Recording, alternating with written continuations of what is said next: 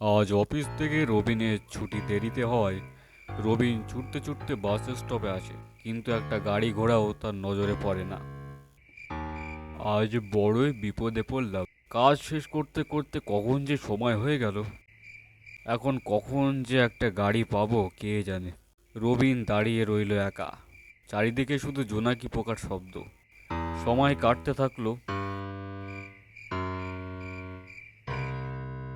হাতের ঘড়িটার দিকে তাকিয়ে দেখলো 12টা বাজে। ঘড়িতে এখন 12টা বাজে। আমারও বাজে 12টা। কিছুক্ষণ পরে আশার আলো চোখে পড়ল। দাদা, কোথায় যাবেন? উফ, শেষ পর্যন্ত বাঁচা গেল। দাদা, মুর্শিদগড়ে যাবেন? যেতে পারবো, কিন্তু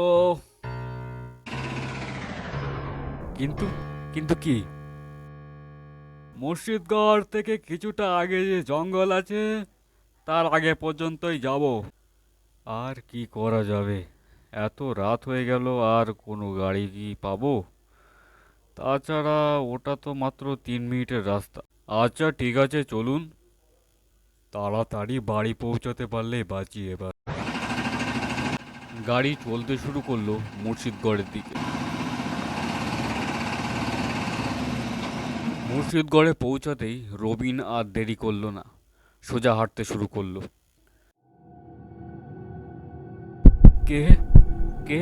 আরে আমি তোর বন্ধু মন্টু। ও, তাই বল। একদম ভয় পেয়ে গিয়েছিলাম। কতদিন পর দেখা। সেই শেষ তোকে কলেজে দেখেছি। তা এখন কি কাজ করছিস? এত প্রশ্ন একসাথে। আমি অনেক দূরে যাচ্ছিলাম, তাই ভাবলাম আমার বন্ধুর সাথে একবার দেখা করে যাই। ও, কাজের সূত্রে নাকি? হ্যাঁ, সেরকম বলতে পারিস। এই দেখ, কথা বলতে বলতে বাড়ি পৌঁছে গেলাম। রবিন যেই পিছন ফিরে দেখে কেউ নেই। সে চারিদিকে মন্টু মন্টু বলে ডাকতে থাকে, কিন্তু কোথাও কাউকে দেখতে পেল না। রবিন কিছুটা হতাশ এবং কিছুটা অবাক হয়ে বাড়ি ঢুকলো এবং শুয়ে শুয়ে ভাবতে থাকলো। কিছুক্ষণ পরে ফোনটা বেজে উঠল। হ্যালো। আরে ভাই রবিন, আমাদের কলেজে মন্টু পড়তো মনে আছে? হ্যাঁ, ওর সাথে তো একটু আগে দেখা হলো।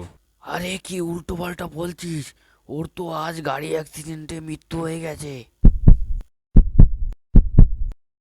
তাহলে এতক্ষণ যে আমার সাথে ছিল, সে কে?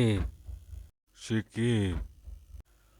নমস্কার দর্শকগণ, আশা করি ভিডিওটা খারাপ লেগেছে।